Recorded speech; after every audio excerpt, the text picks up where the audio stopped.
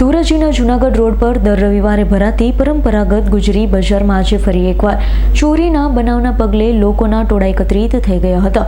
એક મહિલા કે ગ્રાહકનો મોબાઈલ ફોન ચોરાઈ જતા સ્થાનિક અને વેપારીઓ ભેગા થયા હતા, જેના પગલે સ્થિતિ ગંભીર બનતા ધોરાજી પોલીસની વાહન તુરંત જ સ્થળ પર દોડી આવી હતી.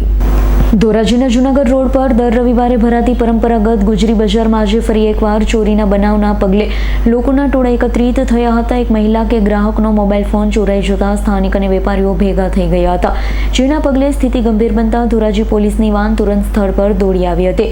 ગરીબ અને મધ્યમ વર્ગ માટે આશીર્વાદ રૂપ બજાર ચોરીનો અડ્ડો બની ધોરાજી અને આસપાસના ગ્રામ્ય વિસ્તારમાંથી આવતા સામાન્ય અને ગરીબ પરિવારના લોકો, ખાસ કરી બહેનો, ઘરવખરીની ચીજવસ્તુઓ અને સસ્તા કપડાં, વાસણોની ખરીદી માટે ગુજરી બજારમાં મોટી સંખ્યામાં આવે છે. પરંતુ છેલ્લા કેટલા સમયથી અહીં ખિસ્સા કાતરુઓ અને તસ્કરોનો ત્રાસ અસહ્ય બન્યો છે. ગ્રાહકોના કિંમતી મોબાઈલ ફોન, રોકડા રકમ, ભરેલું પાકીટ અને નાની મોટી ચીજવસ્તુઓની તસ્કરી રોજિંદી ઘટના બની ગઈ છે. બહારથી આવતા વેપારી અને ગ્રાહકો મુશ્કેલીમાં મુકાયા છે. ગુજરી બજારમાં માત્ર સ્થાનિક જ નહીં પરંતુ આસપાસના વિસ્તારમાંથી નાના રોજિંદા વેપારી પોતાનો વેપાર ધંધો કરવા આવે છે.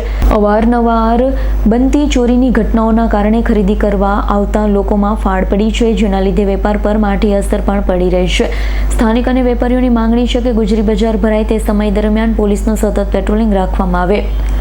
બજારમાં સાદા ડ્રેસમાં પોલીસ હોમગાર્ડ કે જવાનોની તૈનાતી કરવામાં આવે, જેથી શંકાસ્પદ ઇસમો પર નજર રાખી શકાય. સીસીટીવી કે અન્ય સુરક્ષાના પગલાં ભરી ચોરો સામે કડક કાર્યવાહી કરવામાં આવે છે. Bureau report, S9 news, Dhoraji. અમારી તમામ માહિતીથી અપડેટ રહેવા માટે જોડાયેલા રહો S9 ન્યૂઝ સાથે.